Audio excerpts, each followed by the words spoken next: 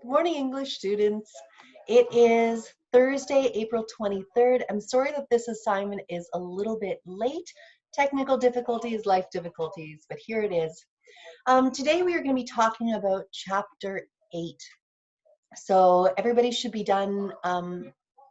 In theory, the assignments are up to Assignment 6, and that brought us up to Chapter 7, and so that's where we should be today.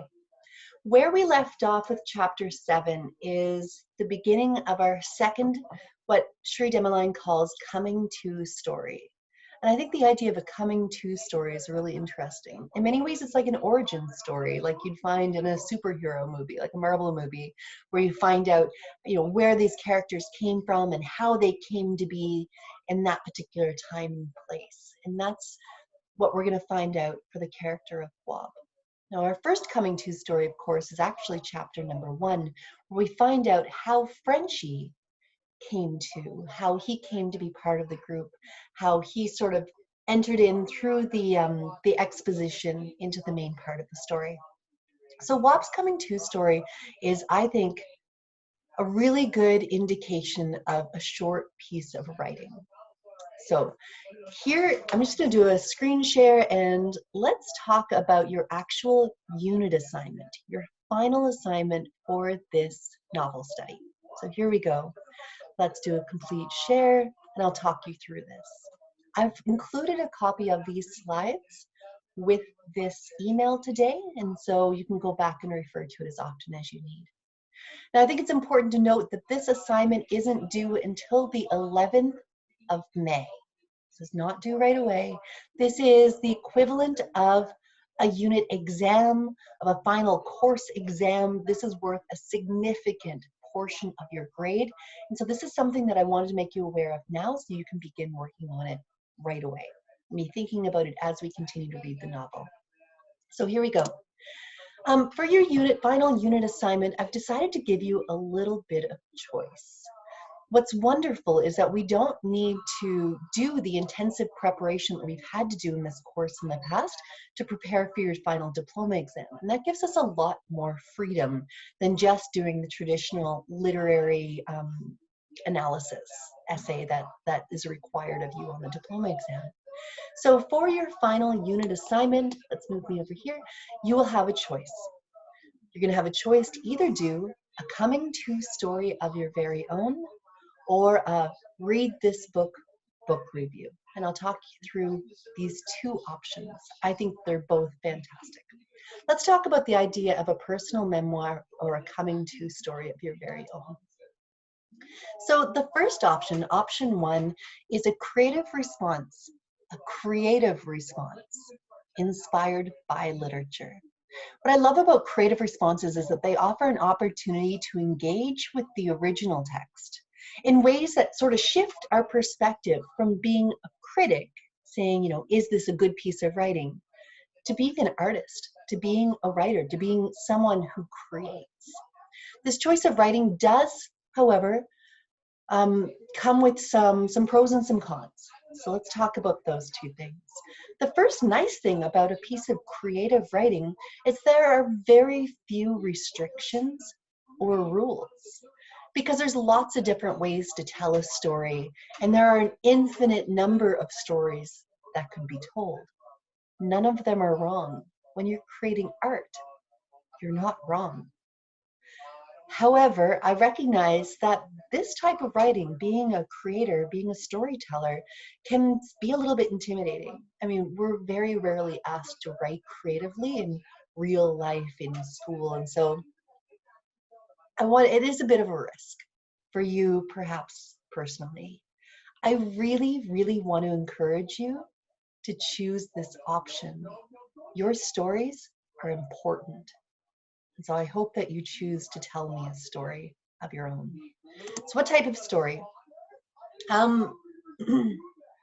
Oh, okay, so that's the first overview. Before I get into the details, let's talk quickly through option 2 so you can have that in mind.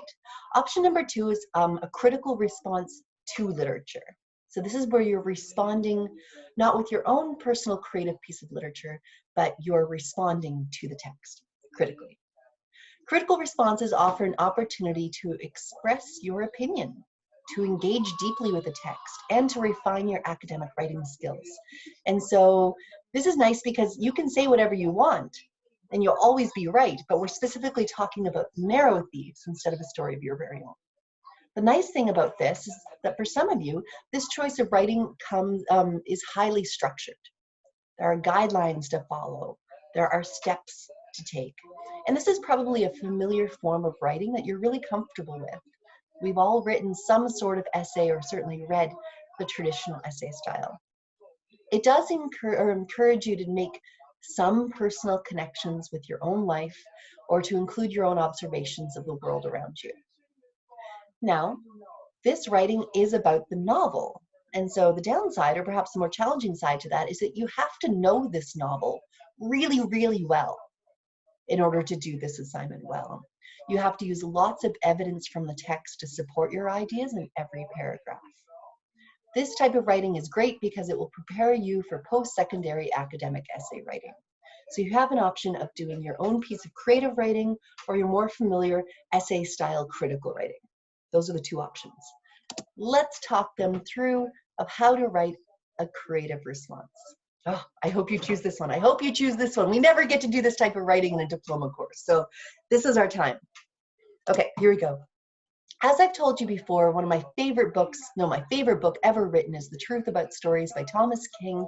And the subtext or the line that keeps coming up again and again in that book is the idea that the truth about stories is that's all we are. We are a collection of our stories. You have stories to tell. You have stories to write.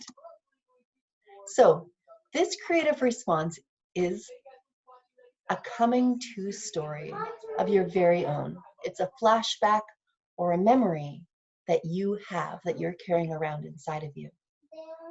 For this story, it should, girls, sorry, my kids are here. I'm on the video right now. Thank you. For this coming to story, it should come from a place of truth. Now, that being said, it doesn't necessarily need to be completely true, and we'll talk more about that, but it should, in its essence, come from a place that is true. It should be a story that you care about. If you don't care about telling it, your audience isn't going to care about listening to it. Nobody cares. So it should be something that you actually care about, and I have suggestions on how you can find that. It should be a story that other people relate to. It shouldn't be so out of the ordinary and weird and, specific to you or your experience or unusual that other people can't relate to it. It should come from a place that is somewhat familiar. And this assignment will need to be at least 1,000 words. Isla, I'm on the computer right now doing a video, please.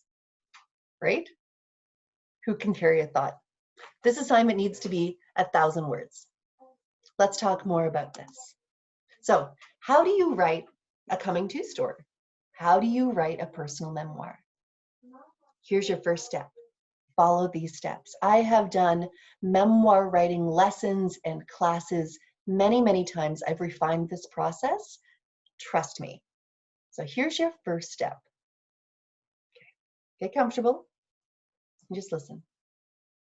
I want you to begin by asking yourself, what are you intensely interested in? What are your interests? What are you curious about? What lights you up? What do you care about? And then I recommend doing a brainstormed list about the things in your life that you care about and that you're interested in, and then write them down. Seriously, write them down because you'll want to look back at them again. And as you're writing them, it'll solidify that idea in your mind. So for example, if I was to do this assignment, I've done this assignment myself in various courses. Here's probably what I'm interested in, what I'm curious about, what lights me up. My kids. That's an easy one. Being a parent is a huge part of my life. And there are so many stories that come along with parenthood.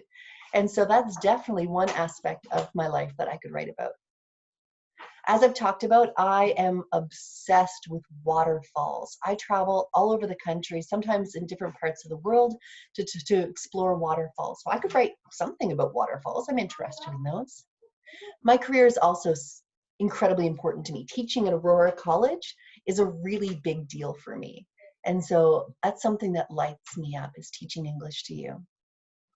Something that's really important to me in my personal life is the idea of removing stigma around mental health or mental illness.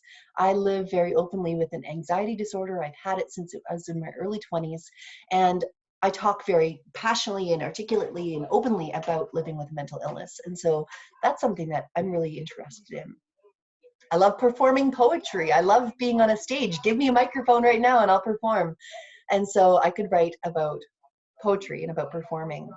And then finally, I like my guns. I'm kind of like, I know that seems really weird, but I have these rifles and they really excite me. And so I feel like I could talk about guns. So once again, ask yourself, what are you interested in? What are you curious about? What part of your life lights you up? It could be anything, anything. Okay, so here's number 2. I want you to close your eyes and imagine that you're having a conversation with someone. So sitting across the table and somebody looks at you and says, so, waterfalls, huh? How'd you, and they ask you about something on your list, or, your kids, huh? How'd you, and then finish that statement. Imagine a conversation where somebody asks you a question about one of those topics. So for example, somebody could ask me, so, Robin, you're a mom. How'd you feel when you found out you're going to be a parent? Or, Robin, how'd you end up liking waterfalls so much? What's up with that? How'd you get this job teaching at Aurora College? So, you talk a lot about mental illness, Robin. How do you manage to live with an anxiety disorder? Or how do you feel when you're performing poetry? Or, whoa, you're a really good shot with a rifle, Robin. How did you get to be such a good shot? So again, you're going to ask yourself one of these questions, like somebody sitting across the table from you. This is a good one. And then remember, if somebody asks you a question about one of those things, what moment in time pops into your head? Like flashback in a movie. Hold on to that idea. It's like a flashback in a movie. What moments of your life come to mind when that person asks you a question? So for example, if somebody says, well, how'd you feel when you found out you were going to be a mom? And I've been asked this question. Girls, can you turn that down, please?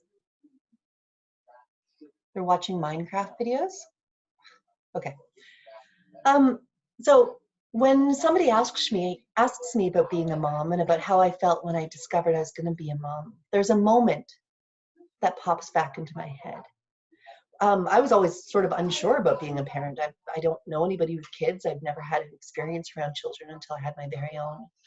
But I remember the day that I gave birth to my first daughter when there was a lot of complications.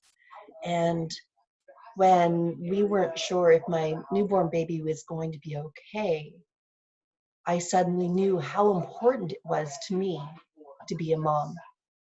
And so that first moment of meeting your child is the memory that comes to me when somebody asks me the question. Or how'd you end up liking waterfalls so much? For this one, I might talk about 2 different memories I have. I might talk about the very first time, what was going on in my life when I encountered and really stood in my first major waterfall in Alberta, and about the way that made me feel, who I was with, and then about my incessant hunt ever since, and about how whenever I'm really feeling overwhelmed or upset or feel the need to travel and get away from the world, I can go up to the Cameron Falls or Cameron River ramparts and go sit on those rocks. So I might actually talk about 2 memories for that one. I might talk about my first waterfall in Jasper, and then the more familiar waterfall here in the Northwest Territories. If I was talking about how I got this job teaching at Aurora College, somebody asks me about that.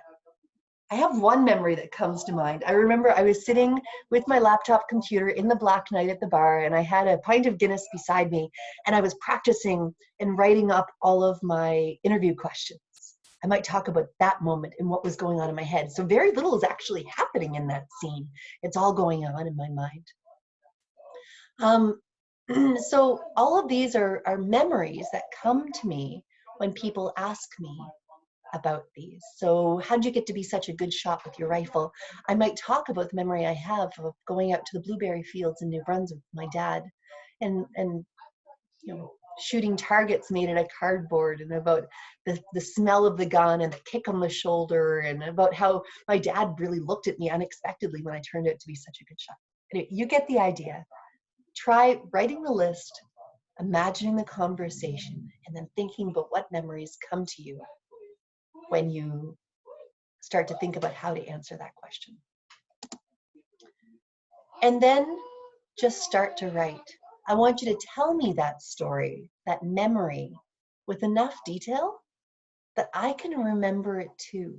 That I can go into that memory like I'm watching a flashback of your life on a movie screen. I'm excited about this assignment. I really hope you do it. I know that this is an intimidating piece of writing. Again, it's something that we're not asked to do very often in your life. So here's how you do it. You sit down at the keyboard and you just start writing. You put one word after another until it's done.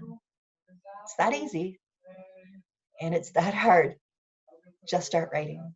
Write it like it sounds in your head. You can go back and edit it later. So here's my advice on how to write a good coming to story, a good origin story, a good memory, is I want you to be present in your story. Even if it isn't your story, even if you just happen to be there, but the story is really about your uncle and what they're doing and saying, or what if it's really about your kids, you need to be there in that story too. So you need to use the word I. This is a highly personalized piece of writing. Girls, find something else to watch. Number 2, keep it simple. Keep it simple. Keep it simple. I want you to only cover a few moments, or maybe even ideally just one moment. I don't want a lot of background information. It isn't necessary. It's just a flashback. I want you to be descriptive. And this is the challenging part of the writing, perhaps. I don't want you to say it was a windy day. Describe it being windy. Describe the wind flapping on your clothes and the dust stinging your eyes. Your writer will know, or your reader will know that it's a windy day because of that description. Or don't tell me I was afraid. Describe the pounding in your chest or the blood rushing to your ears. Show me, don't tell me. Describe the feelings, don't tell. So once again, I want to emphasize that this story should come from a place of truth, but I also know that truth is subjective. It means it's subject to your opinions, to your experiences, and memory is imperfect. There can be some creative elaboration. If you're talking about something that happened 10 years ago, make up extra details that aren't fresh in your mind. What I love about this assignment is I want you to sound like yourself. You don't need to sound like an essay. You don't need to sound like Sri Demaline. You don't need to sound like me. I want you to sound like yourself. You're telling a story. Break some of the rules of writing. You might write sentence fragments. You might have a one-word paragraph. You might use slang. Though don't use LOL, I will judge you.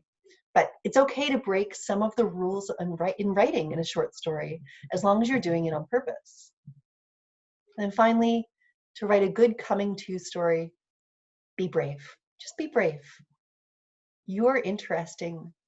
Your stories are important, no matter how small you feel like they might be. So the best way to become a creative writer is by creatively writing. And so take this risk and just give it a go. Here's the criteria. Here's some of the rules that you have to follow for this big assignment. It does have to be more than 1,000 words. If you pass me in 5,000 words, cool. If you pass me in 995, that's fine. But shoot for about 1,000 words or more. I am going to be paying attention to your use of paragraphing. Paragraphs in stories are not like paragraphs in essays. They are much shorter than you think. So for example, if I pick up the Marrow Thieves and I turn to page I don't know, page 86. It's the last page of the chapter that we're about to read. Go take a look at page 86 and notice how short the paragraphs are, especially when there's dialogue. Especially when there's dialogue. Things get really short and choppy. And the way that I've explained it to my students in the past is I want you to imagine that when you're writing a paragraph, it's like a camera. Every time somebody else speaks, your camera angle changes, new paragraph. Every time you change locations, new paragraph. Every time you notice something on the ground, new paragraph. Every time your camera shifts, even a little bit, new paragraph.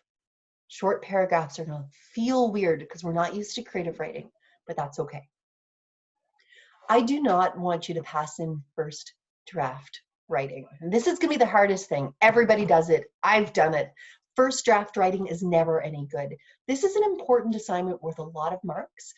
Proofread it, edit it over and over and over it again. Have other people proofread it and edit it. Do not pass in your first draft. There will be mistakes and it will count against you. Please double space. It makes it infinitely more easy for me to read. And then finally, the big one is don't pass it in late. You have a lot of time to complete this. I'm going to be easing back a little bit on my daily assignments for the Marrow Thieves to give you time and space to work on this.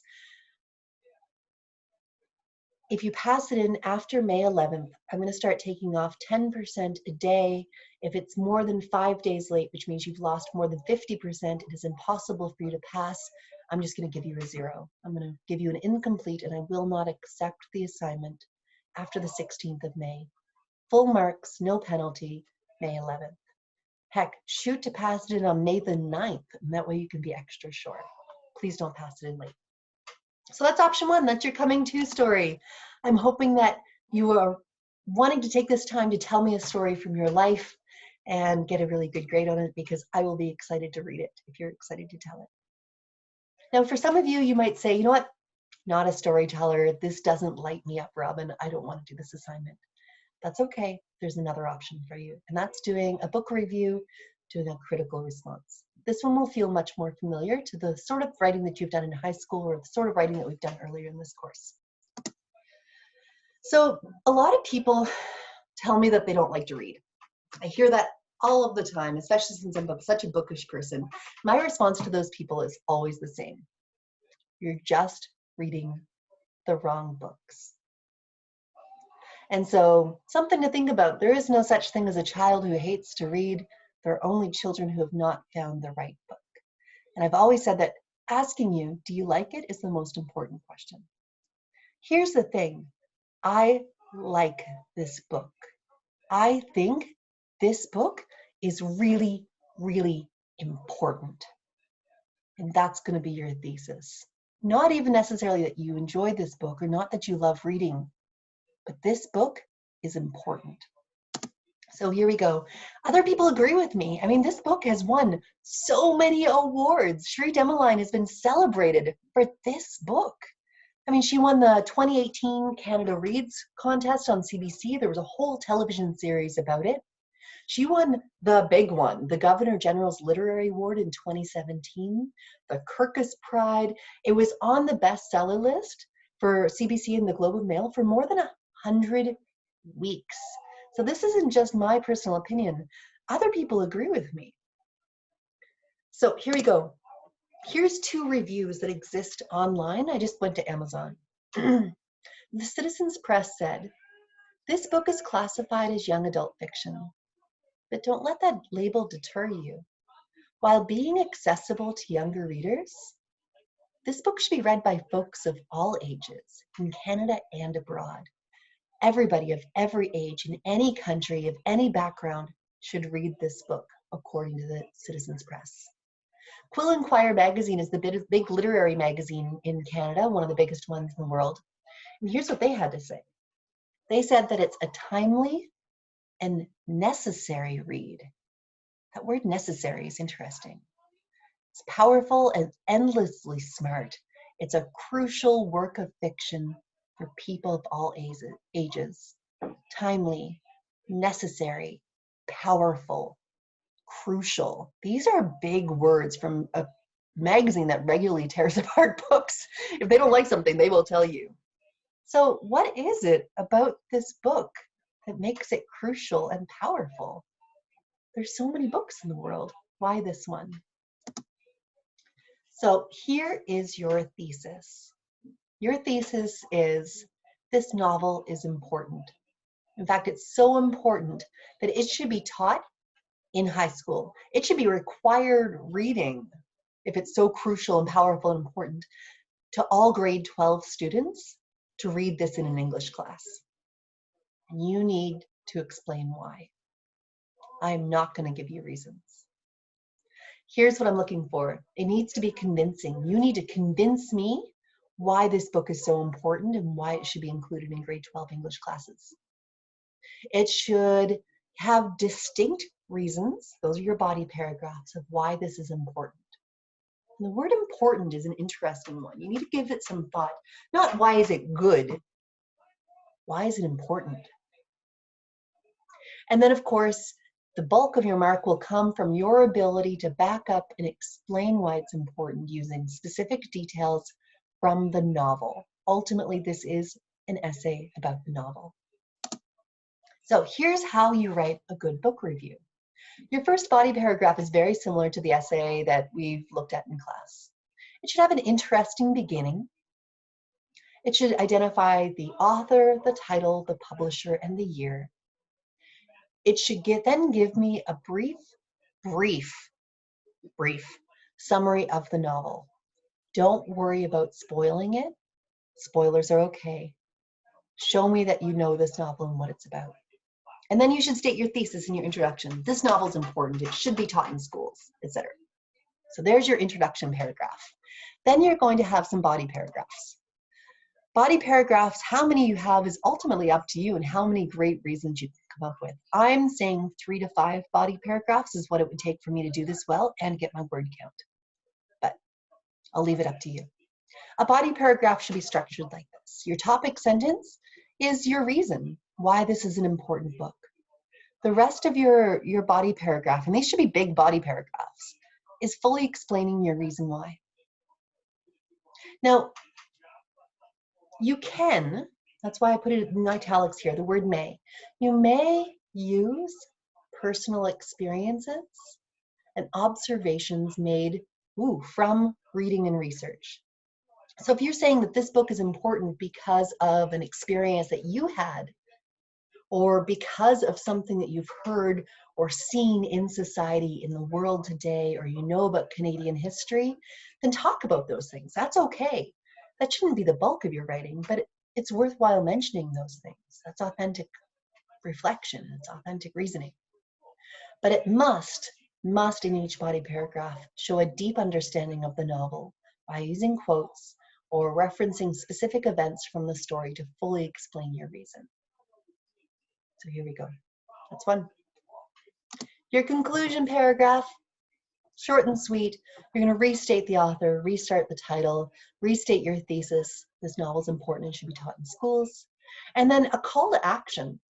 You know, you're saying this should be taught in schools. Say so. What do you want to see happen if this book is so important? Create a final impression on your reader. Let me hear your emotion in this conclusion.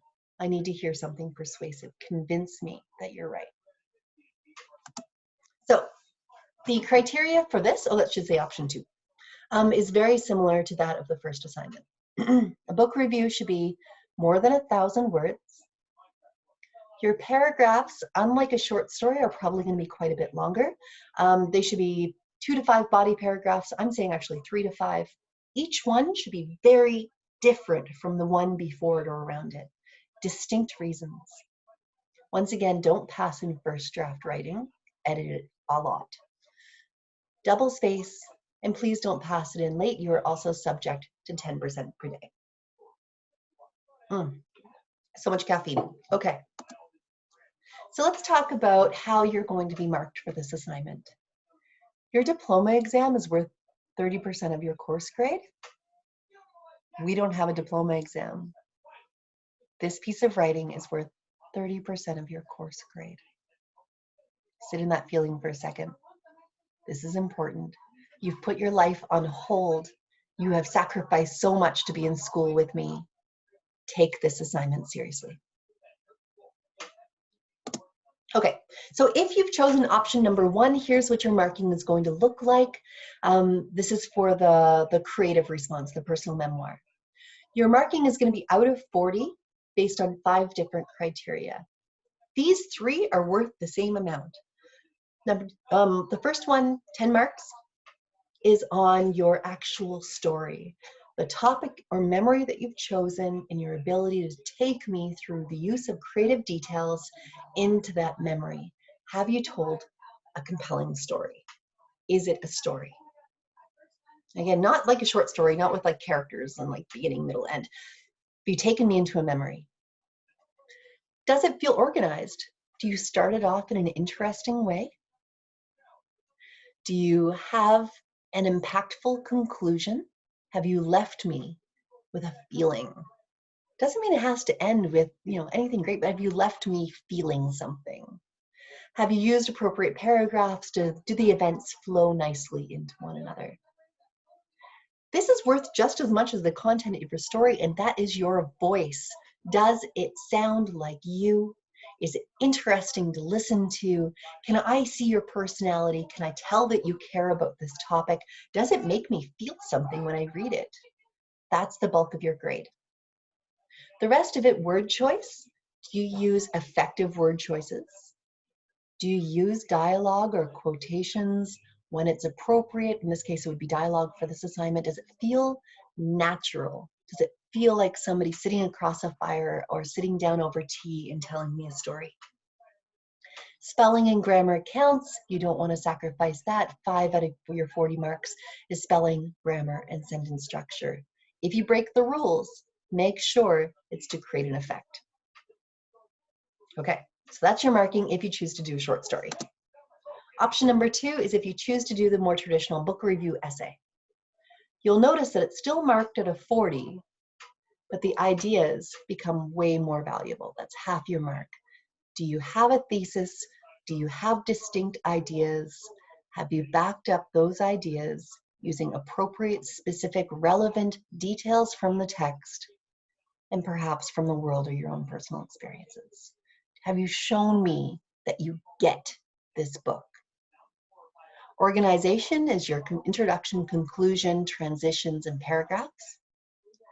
Your voice still needs to be there because I don't want this to be a super formal essay. In fact, you can use the word I. What? It's your opinion, but I want you to sound confident. Not like, I think, maybe, sort of. Be like, no, this book is important. Here is why it's important. When I read this, I saw that. I believe these things. You can be in there. I want to hear your passionate, I want to hear your personal connection to the topic. I should feel something when I read it. Again, memorable word choices, use of quotations from the book, more natural language, although it should be appropriate, and spelling and grammar. So your mark is still at a 40, but your support and your details from the text become more important. Okay, whew. You will be okay. You'll be okay. This is a good assignment. Yeah.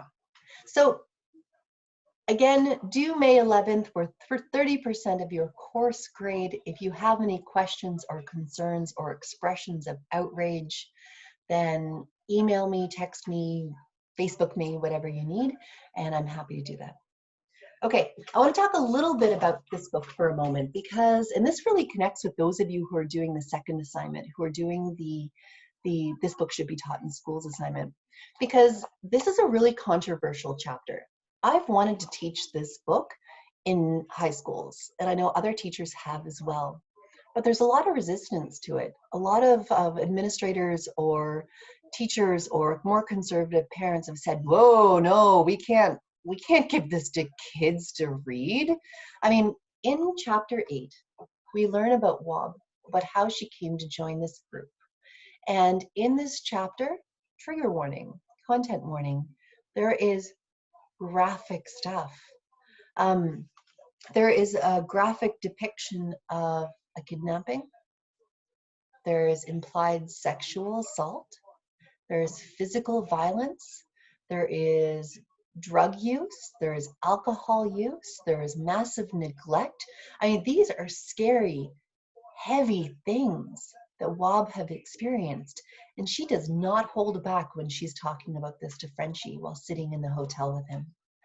And so if you look, for example, on page 82 near the bottom of the book, it says, after the phones were cut, cell service was blocked in an effort to persuade the leftovers to either move into the new developments or to fuck off and die. Or, for example, I ran for a whole year before they caught me. Not the government assholes, just regular assholes, everyday assholes, the kind of assholes that move around in packs because they're too weak to be alone. I still think I should be allowed to teach this in high school. But I think that trying to convince someone of that, I'm trying to convince nervous administrators or conservative parents, that can be tough. So content warning, this is a great chapter, but it is very heavy and emotional. Take good care of yourself. I sent out an email a while ago that Joanna Rasmus is available to talk to people if you are struggling right now. I know that we are in this, according to the Chief Medical Health Officer, for at least another 4 to 6 weeks, and that it'll be a long time before life goes back to normal. So I'm having a lot of feelings about that sort of thing. I'm sure you are as well. Take good care of yourself, friends. Okay, tomorrow there is no assignment. Put it out there. Just read Wob's Coming To story. Make a decision about what assignment you think you'd like to do. You're creative or critical. There is no other reading assignment. I am going to send you out a brief one tomorrow, so on Friday, and give you something to pick away at over the weekend.